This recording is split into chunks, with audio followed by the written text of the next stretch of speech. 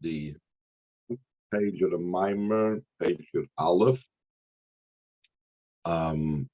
So we had a question: how is it possible that a person, when he's down here, should be able to have an aliyah higher than above?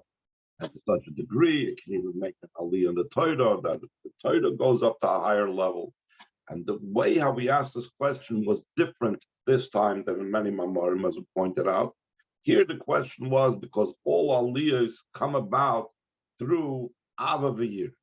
Since all aliyahs come out through Ava V'yir, because Ava V'yir is a level of wings, so therefore we know that the Ava V'yir of the Neshama, the way it's in Gan Eden, is so much more powerful than the Ava V'yir, the way it is in this world. It's impossible for a neshama in this world to be able to have the same type of level of avaviyah that's in Gan Eden. So therefore, the question was, how is it possible that Yerid al-Tzorech Aliyah, that when the neshama descends down here in the body, it comes to a level of elevating and raising it up to a much higher level than before, since the avaviyah down here is incomparably lower. So we answered this, that because all the levels of the neshama are connected with each other, and he went through a whole arichas about the mazel of the neshama down here is Malchus Tzilus, and the mazel of the neshama Nasiya is and not Malchus Tzilus, Malchus Nasiya, and the mazel of the neshama, the way it's Malchus in Nasiya is in Yitzira, and so on and so forth. So it's like one long rope, Yaakov Kelvin Machlosai, and when we move one level and we have Ava V'yira down here, so it affects Arisoidus Aviyira in all the levels of the neshama until the level of the Hoidehi in every level according.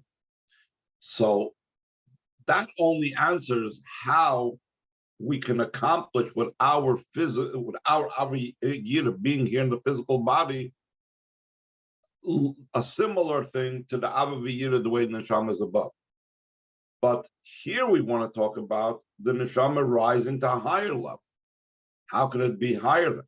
So again, line 25 in the bottom of page Yud Aleph, the 6th page of the mind.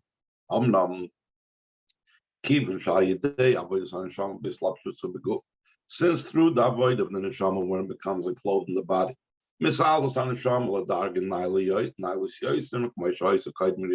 neshama rises up to a much higher level than the way it was before it descended down here below. Therefore, we must say, the advantage and quality of the love and awe of the neshama, the way it's down here below.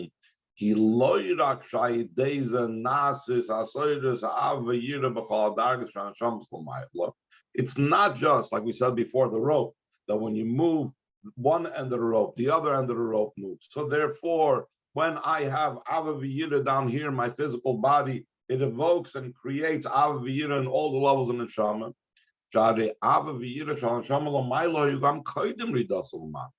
Because the love and awe of the neshama was present even before the neshama came down here below. So therefore, it's not going to be a higher aliyah than it was before, because you're saying that I have my love and awe down here below, that causes an aviyir to the neshama above. But is that a new thing? No. The neshama had an aviyir above also anyway. Therefore, we need to understand what is it and how is it that when the neshama comes down here below, it affects something greater in its aviyir than the way it was above. Rather, line 4, yesh ma'ila ba'aviyir shal neshama. There's an advantage in the love and awe of the neshama while it's down here below. In comparison to the love and awe of the neshama while it's above. So that's the question that, in a way, we are like getting back to. That still in all, if we're saying that love and awe is what causes the aliyah of all the levels because they're wings, and since the aliyah that the neshama accomplishes when it's down here below is much higher than the aliyah the way it was above, so it must be that the aviyir of the neshama down here below is of a much powerful and greater way. The idea behind this is the advantage of the awakening of the love and awe of the neshama that's enclosed in the body. What does it have? What quality does it have? that makes it a greater love and awe than the neshama above. Specifically because it's enclosed in the nefesh habahamis, because of that enclothing in the nefesh habahamis, therefore it has a greater and more powerful avavir, as he's about to explain the special power that the nefesh habahamis brings to the love and awe. In the nefesh habahamis, the animal soul, loyal pitamadas. All the matters of the nefesh habahamis is not according to reason and understanding. It is below reason and understanding. It's an animal. Therefore, when the nefesh habahamis comes inspired and awakened, and now it has a love and awe for elikus. How does it have this love and awe? Through the godly soul that's enclosed in the nefesh habahamis. So now the nefesh habahamis doesn't become all of a sudden a rational being. It doesn't all of a sudden attain a level of ava v'yira that's according to Tam V'das. No, it still has the love and awe, not according to reason. Rather, the level that's below reason. And now, as you can explain, that the level that's below reason is connected also this idea of the avaviyira of the nefesh habahamis. That is because it's an animal, therefore it's below reason. It's still connected with a level that's higher than the reason. As it's known, those matters that are lower than reason and understanding and knowledge, has a bond and association to that which is beyond reason and knowledge. By day, through the descent of the neshama, and it's becoming enclosed in the animal soul. Nas is gam ha'yisoidus havir the nefesh there becomes also the inspiration of the love and all the godly soul in such a manner that's beyond reason and knowledge. In other words, what the nefesh habahamis experiences now overflows and impacts the nefesh halakis as well. So now the nefesh halakis has a level of love and awe of Hashem that's of a totally different caliber, a totally different type, because of, if you will, the blowback, the boomerang effect of the nefesh habahamis back on the nefesh halakis. There is a similar idea that Chassidus often brings about this time of year, and I believe later on the Maimer he might refer to it in passing. I don't remember for sure. It says Mashcheni acharecha norutzo. I think he's more going to focus on the Mashcheni, that by Yitzias Mitzrayim, the Eibishter pulled me in a singular. That was a nefesh halakis. But then by Sfiras HaOmer, through our avoid with the nefesh habahamis, with the midas nefesh habahamis, so then it's acharecha norutzo, we will run after you in the plural, also nefesh habahamis. But it's not just acharecha norutzo that also nefesh habahamis runs. The idea of running and rushing has to do with a very powerful desire of Hashem. But it becomes we will run. That now the rushingness and the passion of nefesh habahamis that can't be contained to such a degree that it has to run is something that influences the nefesh halakis, that normally it has a contained love of Hashem. It's also in a way of rushing and running. In a similar vein, he's saying over here that the fact that the nefesh habahamis has an ava v'yira shalamayl metam v'das, or it's connected with lamayl metam v'das, because the lamata metam v'das connected to lamayl metam v'das, that impacts and affects that the nefesh halakis' ava v'yira now should be something that it never had before. That nefesh halakis' ava v'yira will be lamayl metam v'das. And now we could say and understand and see what advantage and what is greater about the ava v'yira of the neshama down here below over the ava v'yira when the neshama is above. Line 21 is though miles ava v'yira shal neshama lamata. That is the advantage of the love and awe of the neshama down here below.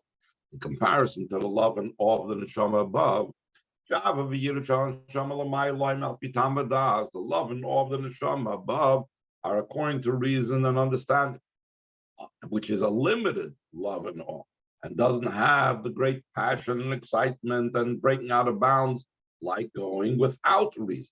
Is through its descent down below, to becoming clothed in the animal soul. Becomes by the nefesh alakis. Also, it becomes impacted and affected by the nefesh bahamis, and it also reaches a level of love and awe of Hashem that's beyond reason and understanding. And the next ois, the Rebbe is going to explain what is the difference between them and how is that different between the way it's up in the way it's down here, etc. Any questions before we go on to ois Daled? Okay, line 28, 7th page of the printouts. The explanation of this matter. Be able to understand these different levels of love. There's two types of love. Ava Zuta, there's a minor love, Ava Rabba, there's a great love. Ava Zuta, he Ava Shabai, is born the Sichlis. The minor love is the love that comes about through meditating with one's mind and intellect. He Ava Shalpitam Vadas, that's a love that's according to reason. The Ava Rabba, and the great love, he Ava Tivis Va'atzmis Shalamayel Matam Vadas, is an innate, natural, and essential love, a love that comes out of the essence that's beyond reason. On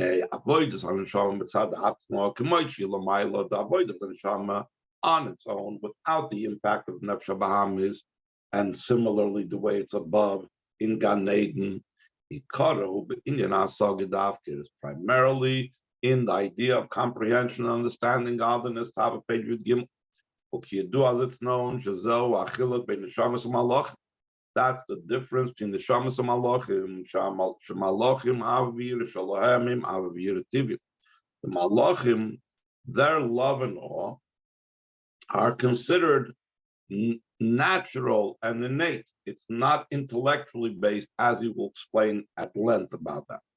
That's also the reason why the malachim are likened to different types of animals: the oxen face, the lion's face, the eagle's face. Mechlal, they're called chayes hakodesh, the holy beasts, because like an animal that's not about intellect, so too the malachim's love and awe of Hashem is not intellectually based. So now the Rebbe is going to challenge that. We do know that there's differences amongst malachim, and there are certain malachim that do have to do with intellect. It says in line 3, even the higher malach, that's the world of Briam, that their avoida is with intellectually based awe and love of Hashem. Like it's brought down the Deitz Chaim and also brought down the Tanya.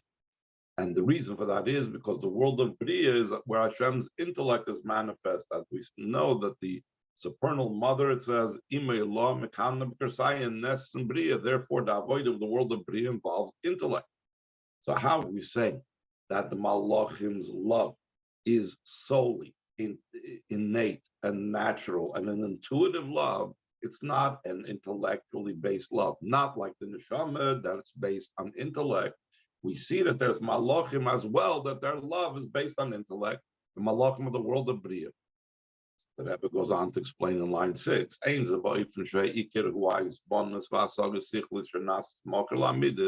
It's not in such a way that the main thing is the meditation and the intellectual comprehension that becomes a source for the midas.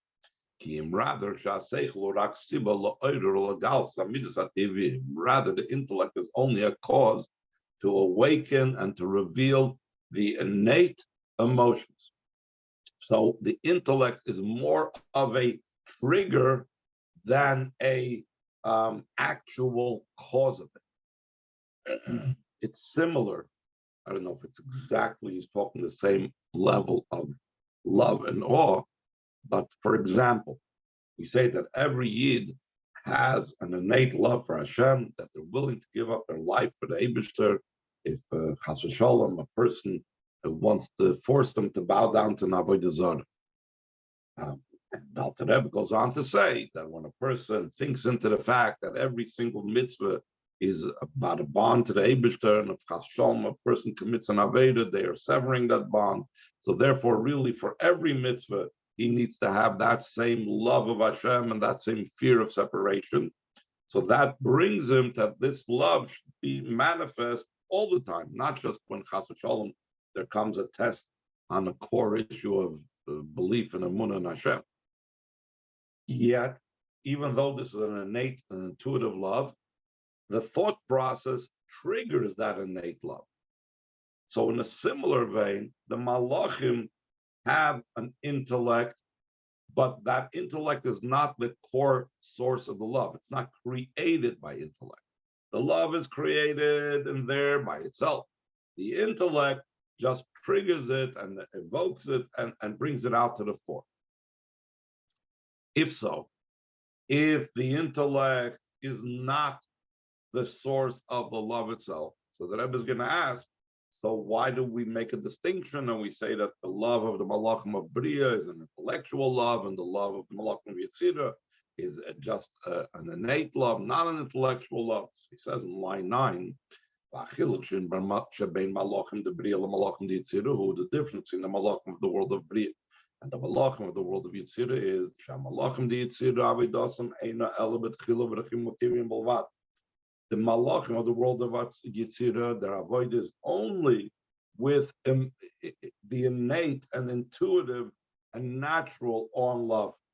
Hainu she'ein etzlam hizbanas sichlis afilu loy ba'open shel siba loyres hamidus. They do not have any intellectual meditation, not even in a way of a trigger to awaken the midas. It's like their love of Hashem is more like a knee-jerk reaction. They can't help themselves. This is what they love. Like naturally, a person likes food. They don't have to think into it. Or naturally, if a person's tired, they want to go to sleep. It's not something that comes out of meditation. The same thing, the Malachim of the world of Yetzirah do not think. They do not have any triggers. This is their natural state and the state of love of Hashem. As opposed to Malachim of the world of Bria, their service is in a way of an intellectual awe and love of Hashem. By them, the intellect is at least a cause and a trigger to awaken, to reveal the midas. But despite the fact that intellect plays some role by the Malachim of the world of Bria, the midas themselves are not intellectual midas, they are innate and natural midas. Because the intellect is only a cause to awaken and reveal the innate, emotional, intuitive emotions. Avoidance haneshamas, as opposed to the malachim, it's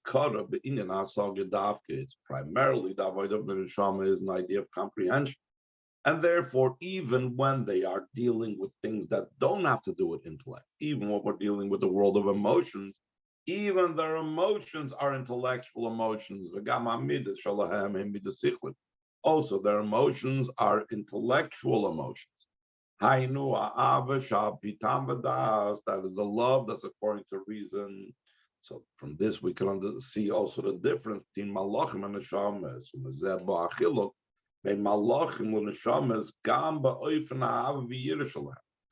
Being that the cause of the ava v'yira of neshamas and malachim are different, so therefore the type of love and awe that the neshamas have versus the type of love and awe that the malachim have are different types of love and awe.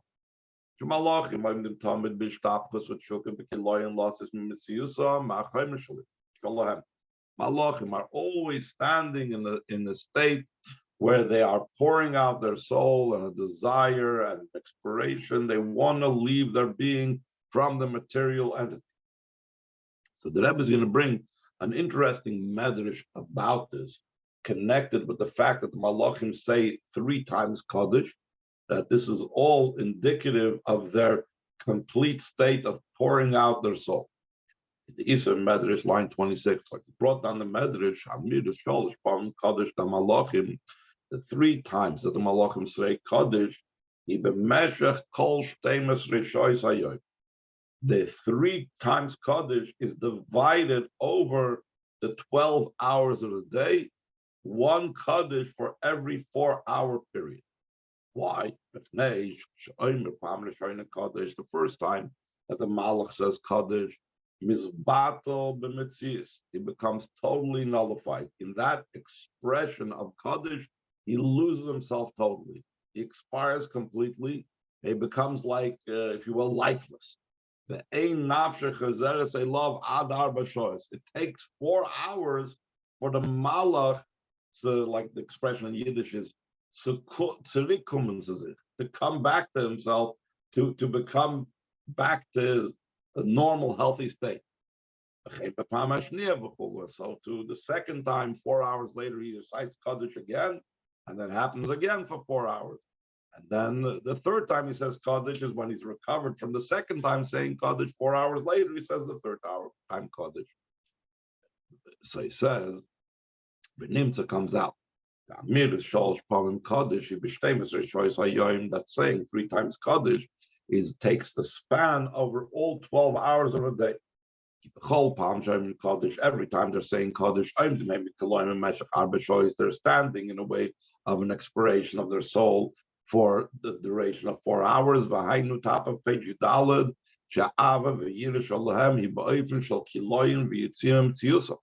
their love and awe is in the way that they expire and they totally lose their metzias.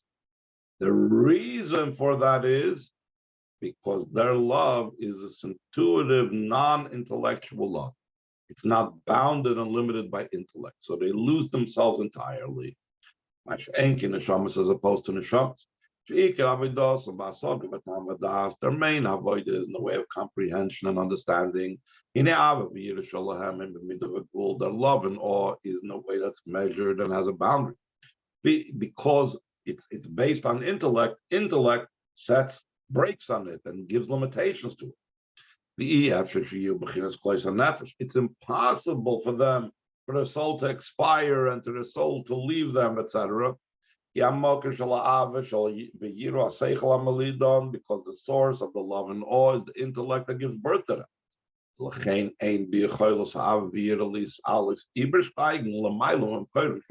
It's impossible for the love and awe to pass and go beyond the intellect that gave birth to them. Therefore, since the intellect is limited, so the love and awe is limited, and they don't break out of their box. Any questions? Okay, line 9. Through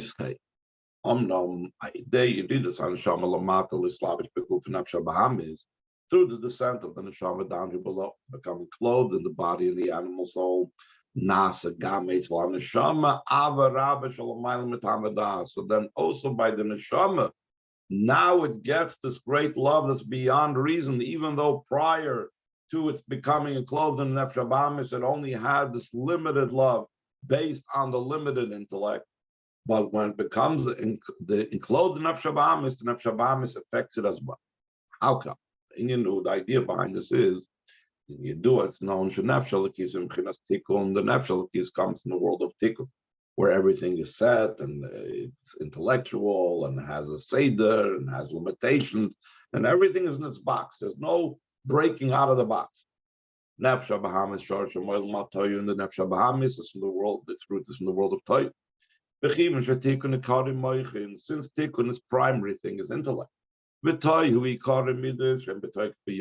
Toyu is primarily emotions that are very powerful, and that's why it caused the whole breaking of the vessels. They couldn't get along, they couldn't work with each other, etc.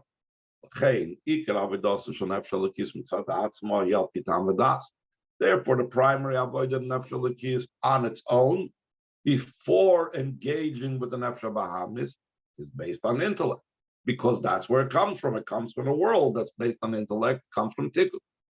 But by David Dawsonly Slavish Menef Shabahamis, through its descent to becoming clothed in the animal soul. that the root of the animal soul is from Toyu,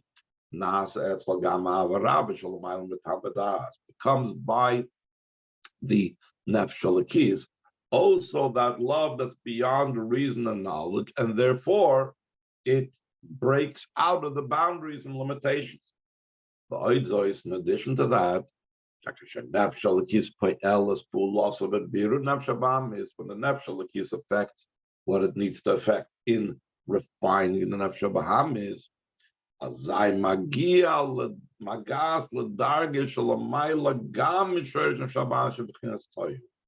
then it has even a greater thing. It doesn't just have the advantage of nefesh bahamis, it also reaches a level that's higher than the shorish nefesh bahamis. It's on the level of toyu. Because it engaged with nefesh bahamis, it reaches even higher. And this is a theme that the Rebbe always talks about. The yichud of the neshama and guf, or the yichud of ish ve'isha, or the yichud of iris ve'kelim. Whenever you have two disparate things working together, you have a power that's higher than both of them that manifests. So because of that power that's higher even than nefesh bahamis, so therefore the love of the nefesh elokis, when it's down here in this world, is so much more powerful and can cause an aliyah much greater than the aliyah that happens through the wings of the Ava V'yira, way it's in Ganei. Let's make a little bit of a dent in the next paragraph, line 24.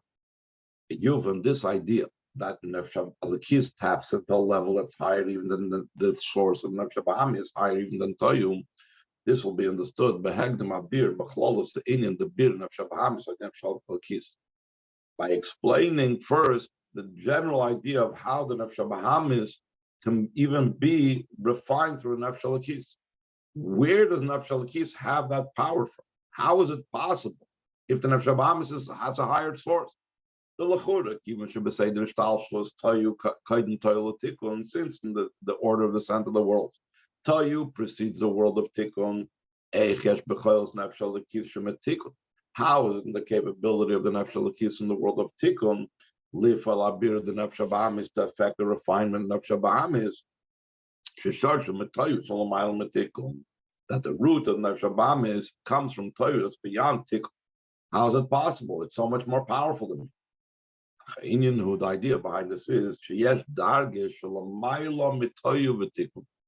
a level that's beyond toyu and tikkun. Shabbat toyu v'tikkun shavan. Over there, toyu and tikkun are equal and the same.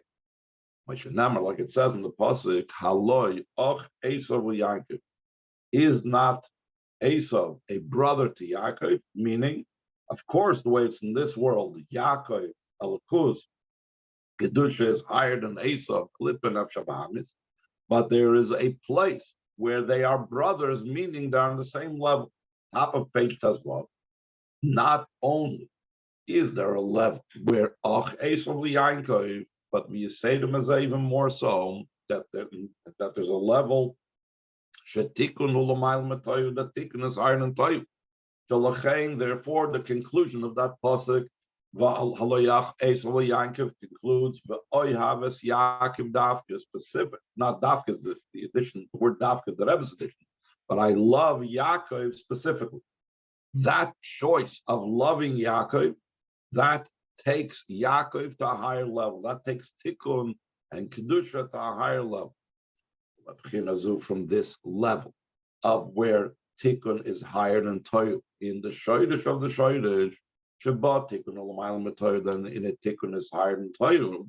Nim Shachak Koyach, the Nefesh Elokis Levaras Nefesh Bahamis, comes down the power for the Nefesh Elokis to refine the Nefesh Bahamis. So therefore, based on this understanding that the Nefesh Elokis reaches now a level that the Nefesh Elokis needs to have a higher level to be able to assist it in being mevar the nefesh bahamis. It needs to tap into that source of nefesh elokis that's higher than the source of nefesh bahamis. With this, we'll be able to explain how it's possible that or how the nefesh elokis has so much of a greater power and so much of a greater aliyah because of its effect of elevating the nefesh bahamis. We'll stop over here. Any questions?